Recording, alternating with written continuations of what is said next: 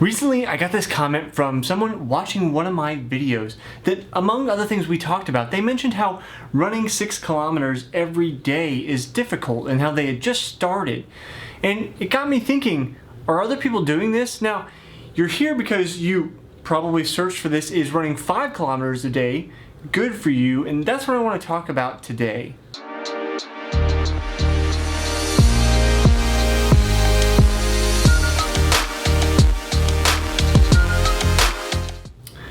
If you're running 5K a day or you're trying to, that means you're probably into running. So you should stick around and hit that subscribe button. Stay with me for more episodes of this show I call Runner's High every Tuesday and Thursday. Now, what I said to that person who commented to me and said, hey, I'm trying to run 6 kilometers every day and it's very difficult. And what I will say to you is, don't. If you're just starting out, especially, don't. There really is no reason to try to go from couch to 5K every day. And there's a build-up period. Like there's a period of time where you're going to go into longer runs or you're going to get more days in. But very few people are going to go straight from no days to 7 days a week running. And you might say, well, Jesse, you say on this channel consistency is the key to goals. Well, that's true. Consistency is the key to achieving your goals. However, jumping into a regimen like that is also the key to probably getting some kind of injury. So, is it okay to run 5K every day? I guess it's okay if you can maintain it, but it comes with a big caveat that it may not necessarily be good for you. The other thing to keep in mind is that there are diminishing returns in terms of fitness. So we know that up through 5 days a week, the gains are actually pretty good. But when you get to 6 and 7 days a week, the gains drop off. Like the amount you're gaining for each of those extra days is only incremental. So if you are trying to run your fastest 5K ever, and you've maxed out those 5 days and the amount of fitness you can get in those 5 days, okay, that's something to think about. It's something I did in college when I moved from 6 days to 7 days my junior year. Keep in mind I'd already been running for 6-7 years at that point, and we were doing 60-mile weeks.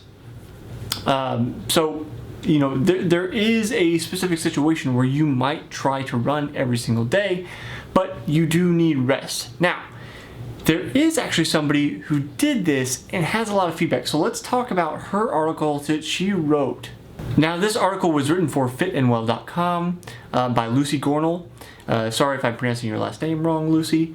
If you want to read the original article, we're going to link for that in the description below. So check that out if you want to see all of her thoughts on what she did. But she ran a 5K every day for a month. If you want to check her out on Instagram, it's Lucy Elizabeth Gornell. No spaces, no underscores. But in any case, if you check out her Instagram, if you check out the article, as you can see she's already pretty fit. So she's starting with some kind of base of fitness. She's actually a personal trainer, but doesn't really have that running background. And she wanted to see, well, what would happen. And there are a number of things that happened to her. So let's go through that. Let's go through the article. I've got it pulled up, so I apologize as I'm not looking at you and looking at this to make sure I hit all of her points. She talks about losing weight. That makes sense if you're going to be running 5K a day. That's an extra 300 calories you're burning. Now, there's a nice video I did on how many miles you have to run to burn 1,000 calories. The short version of that video is 10, because you burn basically 100 calories per mile regardless of speed when you're running. There are slight variations, but it's good, napkin math where you're just trying to figure it out quick and dirty style. So burning 300 calories extra every day, or 310 technically, because it's a 5K, that means that you're going to, if you don't replace it, you're going to lose weight. So that was a big thing. Her next point was that she noticed her joints aching.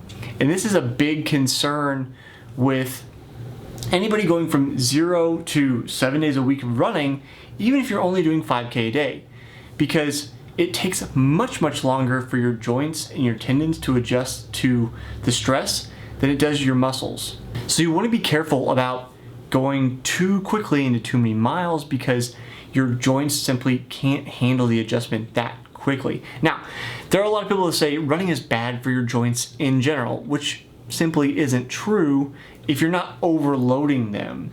They can actually be good for your joints in the long term because some amount of stress makes your body help those joints be stronger. But if you put too much stress on them, then they become injured. Same thing with soft tissue, which is your muscles.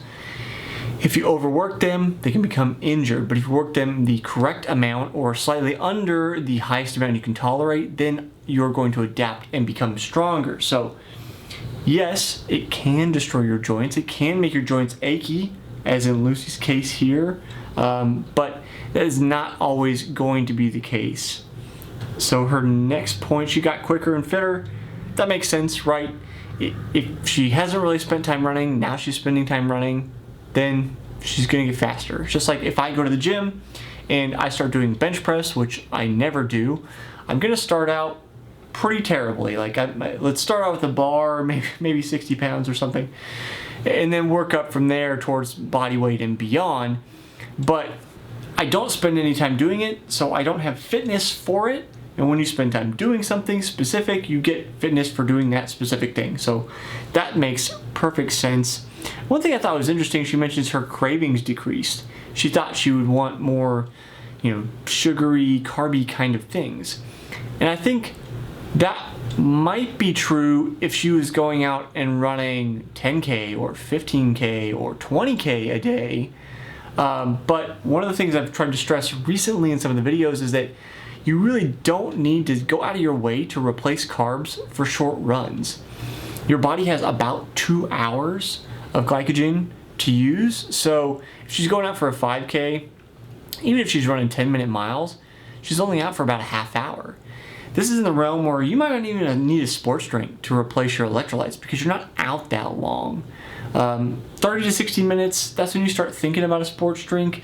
Beyond 90 minutes, then you definitely want to think about carbs. But what I've realized or solidified through talking to all the different experts I talked to on the Smart Athlete podcast, also here on this channel, is that you simply don't need carbs for the shorter things, and that you're going to replenish those carbs through your diet through the rest of the day, especially if you're doing the short stuff. So it doesn't really surprise me that her cravings decreased, because she could be, in another sense, she could be getting some of that serotonin, some of that dopamine from the run versus chocolate, which can do that as well. So if she's, reducing cravings, it's probably from that, or possibly from her body signaling, hey, I want more nutritious stuff. And since she's a personal trainer, she probably already has a history of eating good things, so her body kind of has a library of food to kind of crave for when she needs it. Now, that's a whole other discussion, but it's a personal theory I have about our palates and how the variety of food we've eaten helps us know what tastes are associated with what nutrients. I don't have a lot to back that up. It's just a personal theory. I'd like to see if I can find some more research on it, but so don't quote me on it, but that's something I'm working on at the moment. But let's move on to the other things that happened with her. Without spoiling all of the rest of the article, which again you can find in the description down below, she realized the importance of a good running kit, which I stress on this channel because I used to fit shoes for people full time, for both people with medical conditions and runners and everyday people, and you cannot stress how much good shoes make a difference. I've seen people, we were in Chicago this last weekend, and I saw people running in the Riverwalk, which is just like a sidewalk basically next to the river going through Chicago, in like the flattest, like almost Converse-like shoes. And unsurprisingly, it was largely very young people. Because your feet are most likely not going to take that amount of pounding for a long duration of time. I say that with the caveat that barefoot running does have a place, but when you're in an urban environment like that and you're running on concrete the whole time, having good shoes is a huge boon to foot health. And then, when you don't have it, your skeletal system is going to take more of a pounding. So good running form helps you absorb that shock of running in your muscles versus your skeleton, but also having good shoes. That's one of their roles, is reducing the amount of shock that goes through your foot and also returning energy into the ground.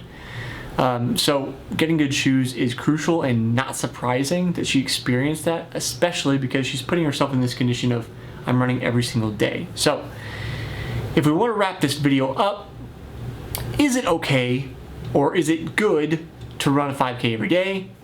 Probably not. I'll say that with the caveat that if you're in it for high performance, then you may be running 7 days a week, but you're probably also running more than 5K a day. I would say 5 days is probably good enough for most people. If you don't want to take the weekend off, it's fine. Take Sunday off and then take Wednesday off or something. Run 5 days, have it split up. But running 7 days a week is absolutely not essential for most people, especially if you're just running for health and not for maximizing your fastest times. So, do you have any questions for me? Are there anything you would like to see on future videos? Any questions you'd like answered? Leave them down in the comments below, and I'll see you next time on the next episode of Runner's High.